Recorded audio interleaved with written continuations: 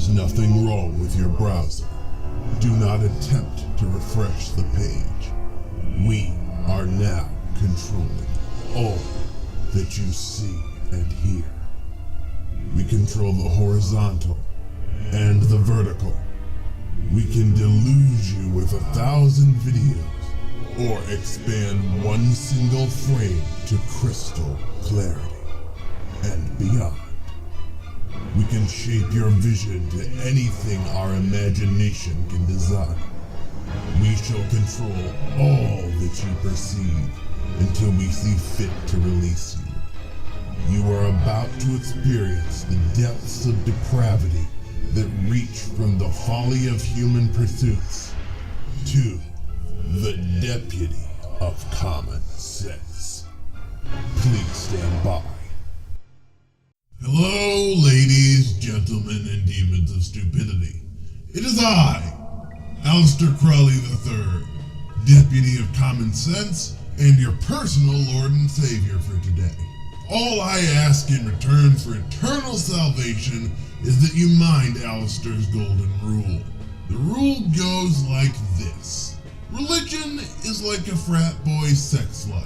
It's creepy, obsessive, filled with sinister overtones, and nobody wants the details but you and your creepy friends. So do everyone else a favor and keep it to yourself.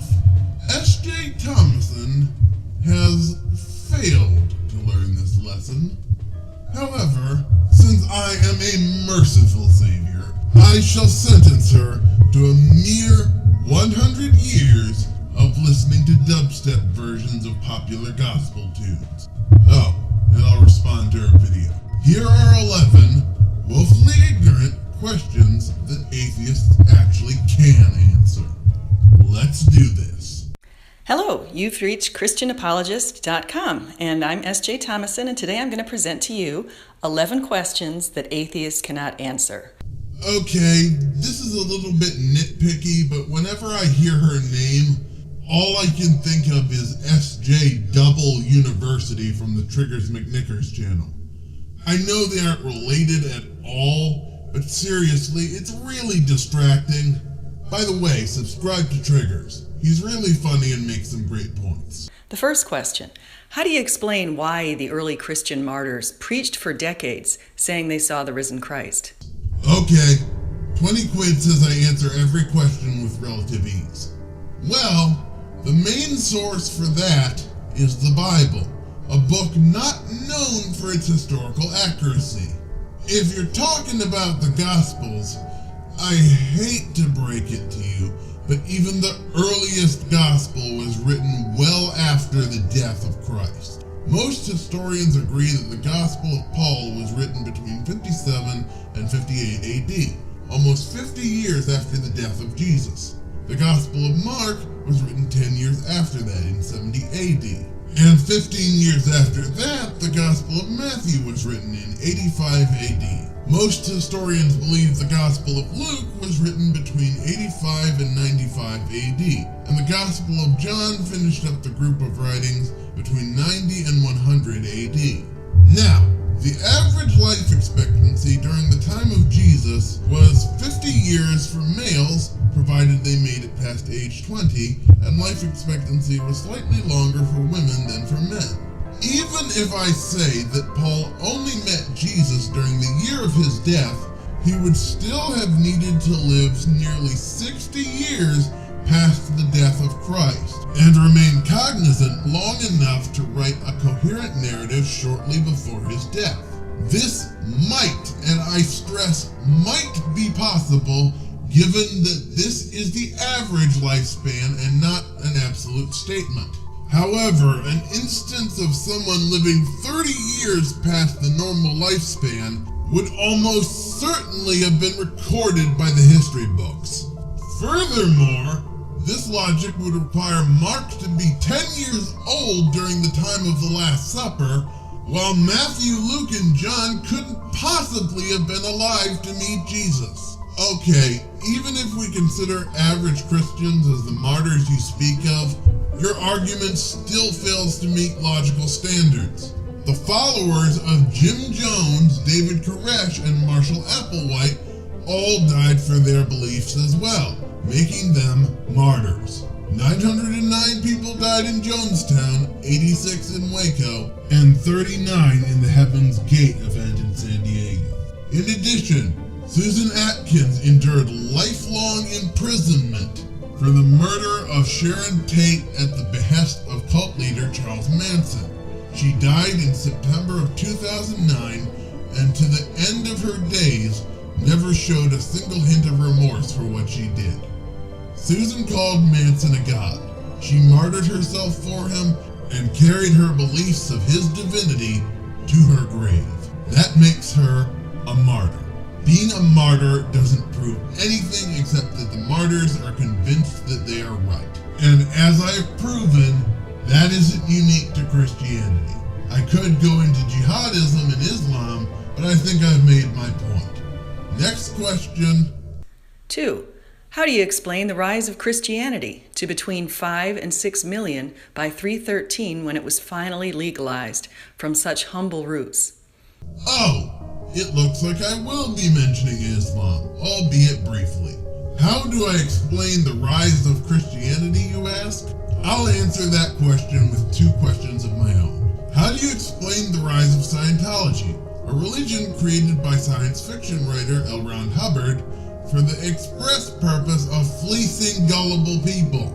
And yet, it has gained 27,000 members worldwide, despite the fact that its claims are even more ridiculous than yours. And that utterly pales in comparison to Islam, the fastest growing religion on this planet. The growth rate for Islam worldwide is 1.1%. There are approximately 7.53 billion people on this planet. That means that Islam gains over 8.2 million followers a year. It is estimated that by 2030, Muslims will make up a quarter of the world's population. Islam dwarfs Christianity in its current conversion rate. All your argument says is, I don't know what the appeal to popularity fallacy is. Next question, please. 3. What powered inflation of the universe? Now, I'm a relative layman at this, but after doing a little bit of research, I found out that no physical field has been discovered yet. However, the first relativistic field has been discovered. It was discovered in 2013 and is still being researched today. The supposed field and its subatomic particles have been named the inflaton. Now, my formal qualifications regarding physics are as woefully lacking as the man who tried to write his resume on the back of a restaurant menu, but I'll do my best to explain. An inflaton is a hypothetical scalar field theorized to drive cosmic inflation. In March of 2013, the Higgs-boson particle was discovered, and its discovery validated the theory created by Peter Higgs and 5 other scientists in 1964. The theory suggested the existence of the aforementioned particle. Now, at this point, most Christians may be saying, "Stop speaking with your fancy sciencey words, city boy, and tell me what this here has to do with the creation of this whole universe." Well, imaginary rednecks that I created for the sake of this argument, I'm getting to that. There has been significant research into the Higgs field, which was the theory Peter Higgs and his fellow scientists created. Extensive research has also been done into the Higgs boson and its relation to the inflaton. The term inflaton refers to a scalar field which provides a theoretical explanation for the expansion of space during the inflationary epoch. The theory that posits the Higgs field as a direct explanation of the expansion of the universe is still extremely tentative. However, all of this is largely irrelevant when refuting your argument. Allow me to introduce you to an old friend. You know it, you hate it, but like the proverbial cat, it keeps coming back to haunt you. Ladies and gentlemen, allow me to welcome the God of the Gaps fallacy. The God of the Gaps fallacy occurs when someone states that just because there's a gap in our knowledge of the physical universe that automatically implies that God is the default answer to fill that gap. You can make the same argument with anything. For example, I have never once been attacked by a hobo. That must mean that Atragor, the invisible, intangible, and all-powerful emperor of demons, protects me from hobos by placing peaceful thoughts into their heads when I walk by. This is an unfalsifiable hypothesis. There is no way to prove it wrong or right. Even if you interviewed every hobo I've walked past in my life, I could say that Atragor leaves no trace of his meddling in human affairs. It's impossible to prove or disprove. You can't just take something we don't know and declare the answer is God without providing proof that he is. Maybe it's Allah that created the universe, or Zeus, or Ra, or Baal, or Quetzalcoatl, or Odin, or any of the other hundreds of gods out there. You don't know because you can't prove your God is any more real than any other theist can prove theirs is. Next question, please. 4. Why are humans spiritual? Okay, buckle up, folks. We're going down the rabbit hole of evolutionary psychology. Humans have always been spiritual. There's no denying that. The question we must ask is, are humans innately spiritual because a God made us that way? Or is there some deep innate desire written into our genetic code that has caused us to develop religious beliefs without a God being necessary? I think you'll find science leans towards the latter answer. Humans have always been seekers of knowledge. We crave explanations for our surroundings. We have an all-consuming desire to ask certain questions. Why are we here? How did we come to be? What is our purpose? These questions have plagued humanity from the dawn of our existence. They seem to be integral parts of how we think. And for most of our history, we've lacked the ability to answer those questions scientifically. Yet the questions still remained burning within us. Religion was created as a means to help provide some order in our primitive civilization, by giving the people answers to those questions they so desperately sought, while at the same time providing a moral code that helped reduce the more chaotic elements among the masses. This is not an inherently bad thing. The problem is, the humans who created religion were just as flawed as their peers, and because of this, the God they created reflected their wicked qualities as well as their good ones. Have you ever wondered why God never commanded that slavery be ended? Or why women were forced to marry their rapists? Or why he didn't demand that we stop going to war? Or why the only way to save the world was to flood it and repopulate it with one family? The answer to this has been staring us in the face for all of history, with most of us refusing to see it. The reason Yahweh and the other gods across the span of history have been depicted as jealous, cruel, vindictive, spiteful, greedy, prideful, warlike, and tyrannical is because we are. We created Yahweh and we created every other god in history. They are proxies meant to answer our questions about our existence while inspiring fear and promoting order to satisfy the needs of those in power who made them. And unfortunately, those who most often seek power are those who least deserve it. This has been the case throughout the entirety of human history, and it continues to this day.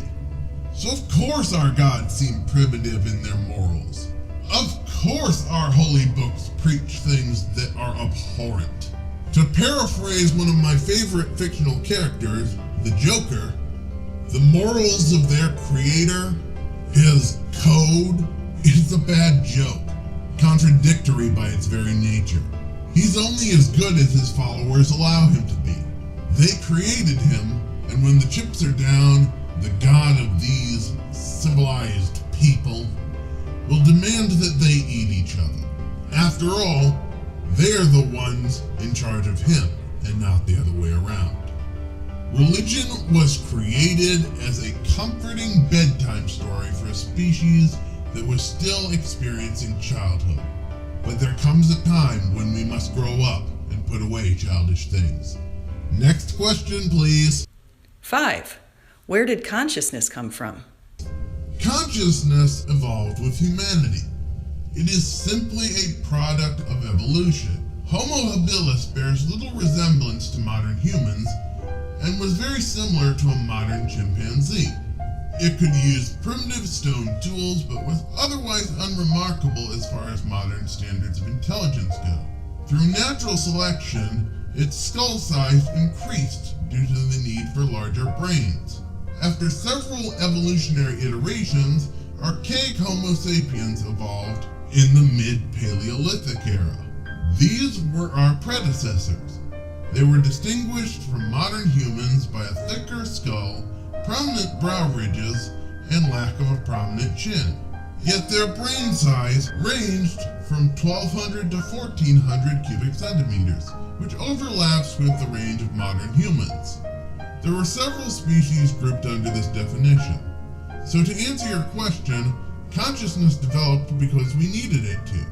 It benefited us on an evolutionary scale, so it was made a biological imperative.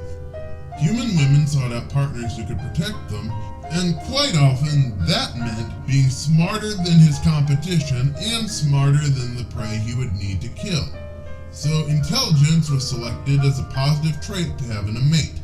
Had it not been necessary for humans to avoid and outsmart predators such as the smilodon, the dire wolf, the crocodile, and other fearsome predators while competing for prey with them as well as other humans, and had other factors such as shelter not required us to adapt, we would still likely be in our caves to this day. Intelligence is nothing special. An octopus that reaches 5 years of age can be equated with a 5-year-old human if it is taught like one. Octopi are only one mutation away from becoming a sapient species. All they need is to evolve to the point where they don't die after they mate. After that, their potential is as great as ours.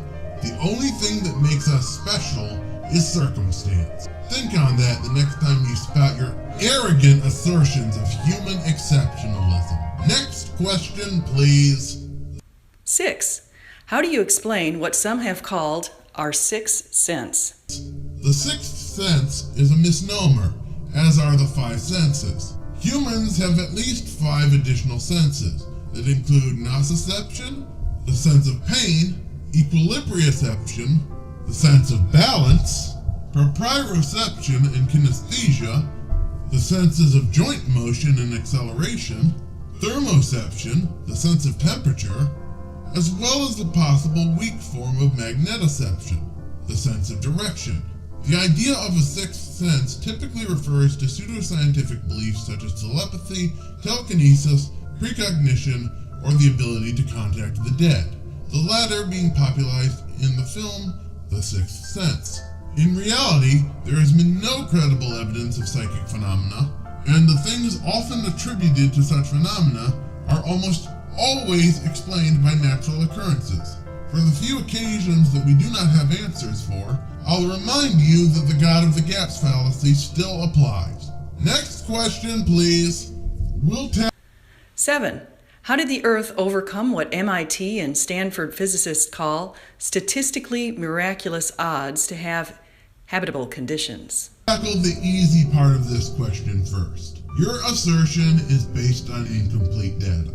While the articles from MIT and Stanford do espouse the sentiment that you state, scientists don't actually know what transforms non-life into life, so we have no way of estimating the odds of what it would take for life to appear. The odds may be in the trillions, which would make life on Earth a unique occurrence indeed. However, the odds might also be considerably lower. We just don't know. And I will remind you again of the God of the Gaps fallacy. Scientists not having an answer does not equal the existence of God. So what we have left to estimate is the possibility of a planet that could harbor life. The parameters for determining whether a planet could potentially harbor life are very simple. In astronomy and astrobiology, there is a term for this, the circumstellar habitable zone, sometimes referred to as the Goldilocks zone. This is the range of orbits around a star within which a planetary surface can support liquid water given sufficient atmospheric pressure.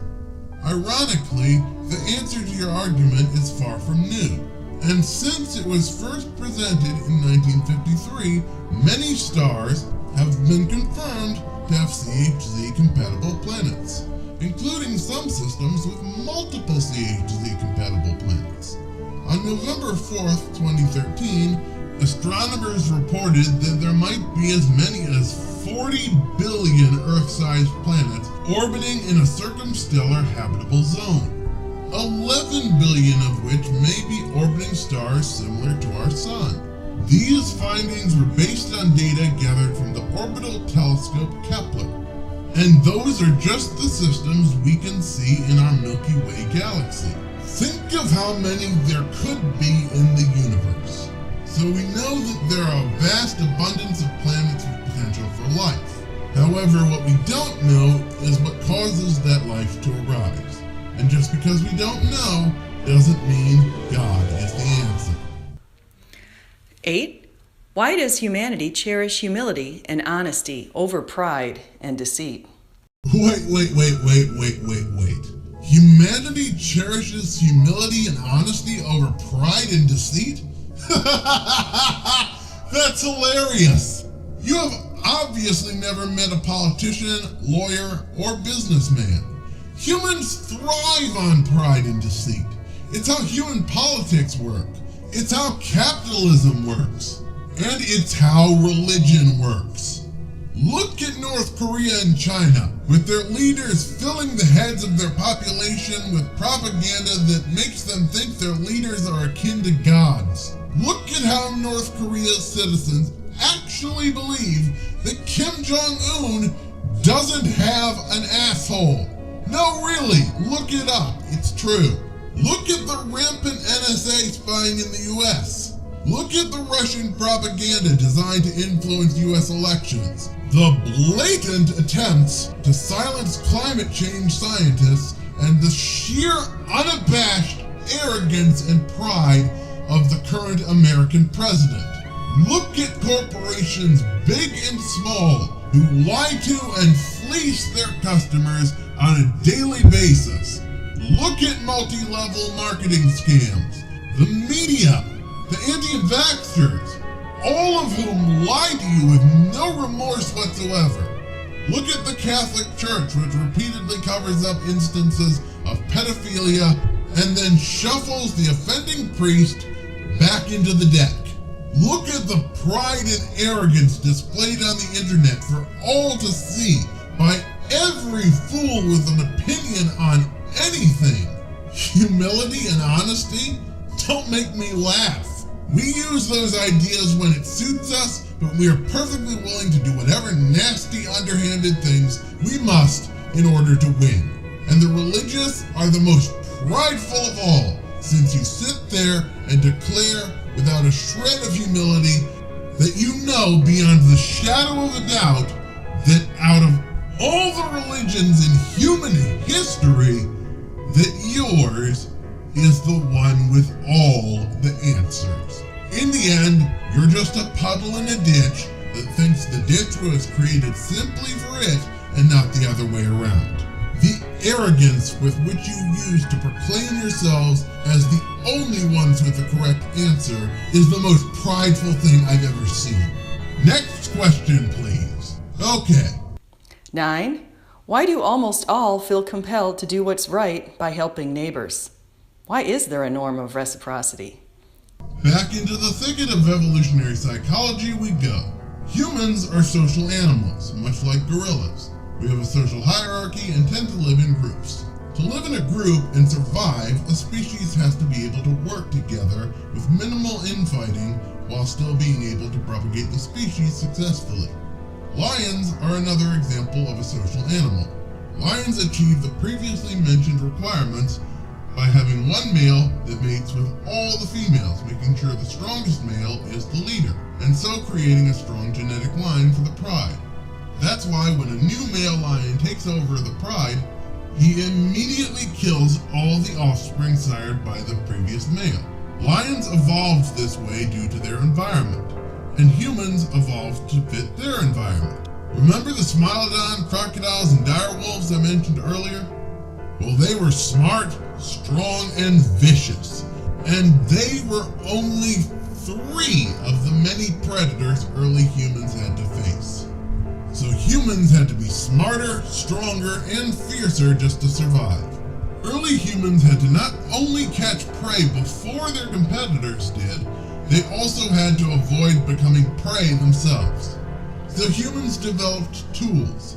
They evolved to have larger brains, and most importantly, they learned to live and hunt in groups. The most important trait for a group is cooperation. So humans developed a need to help each other. This was the proto-emotion that became empathy, love, and compassion. As humans became more plentiful, cities began to rise, and the need for cooperation became more vital than ever to prevent societal collapse, yet at the same time more difficult to maintain. Thus, the first formal governments were created, along with the first formal religions.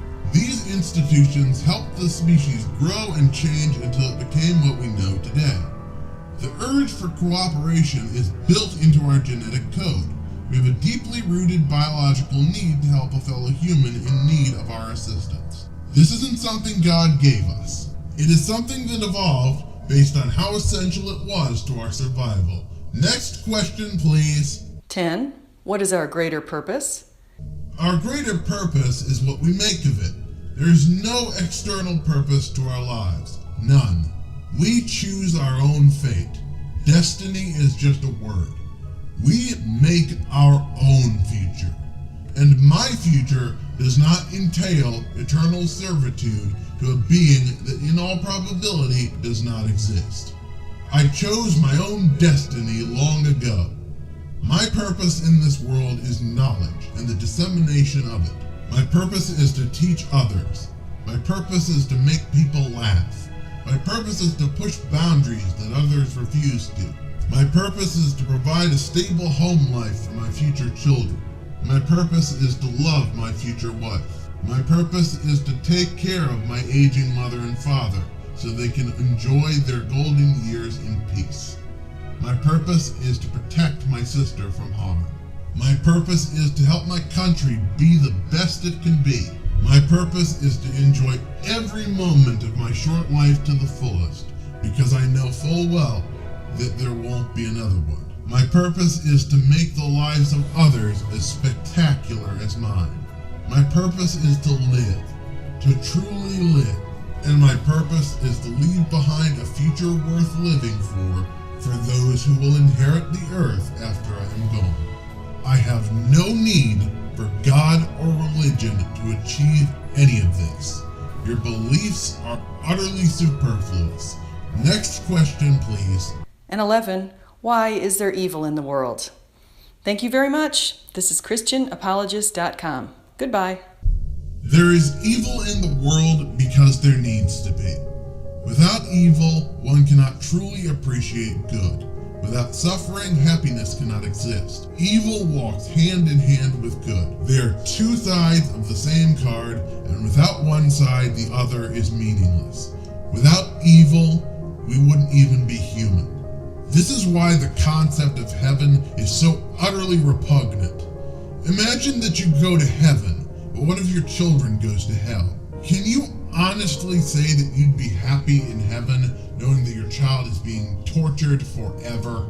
And why on earth would you want to? You claim heaven is a state of utter perfection, and yet you also claim that you will remain in a state of pure joy while those you love suffer beyond your ability to imagine.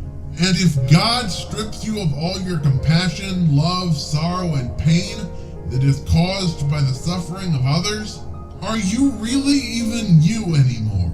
Are you even human at that point?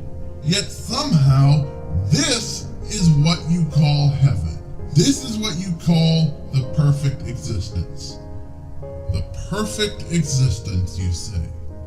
Well, I must tell you the honest truth as I see it. In this world, nothing perfect exists. It may be a cliche after all, but it's the way things are. That's precisely why ordinary men pursue the concept of perfection. It's infatuation. But ultimately, I have to ask myself, what is the true meaning of being perfect? And the answer I came up with was nothing. Not one thing.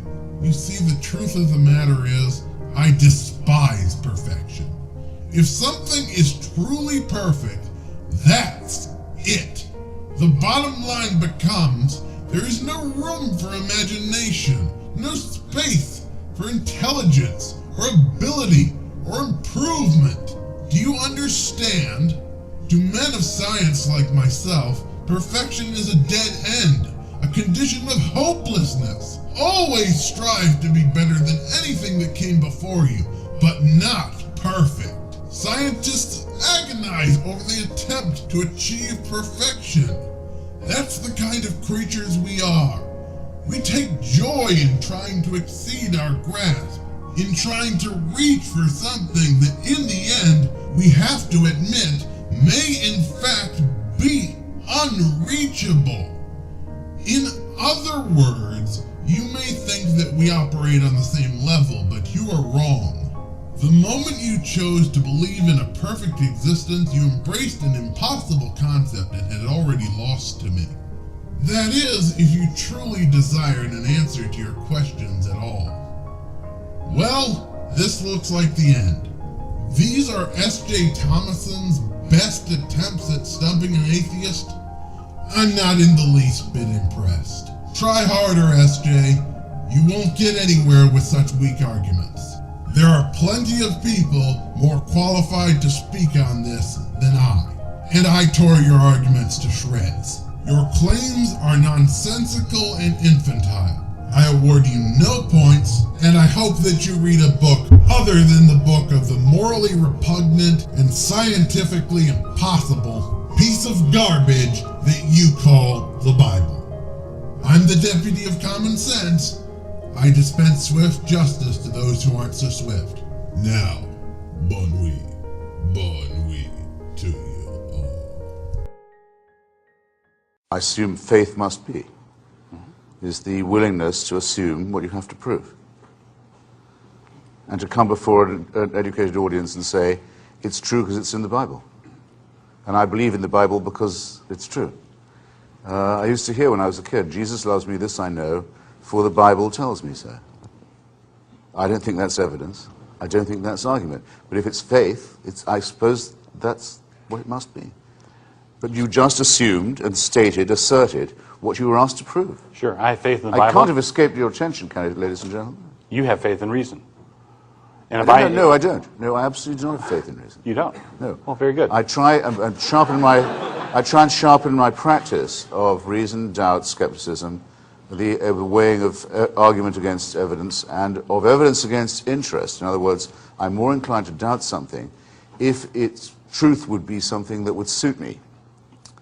One of the moral superiorities of atheism, by the way, is we don't particularly want it to be true that we shall be annihilated when we die, that there's nothing to hope for from the heavens, that the heavens are empty. We don't necessarily love that idea, but we're willing to face it since the evidence for the contrary appears to be trivial or non-existent.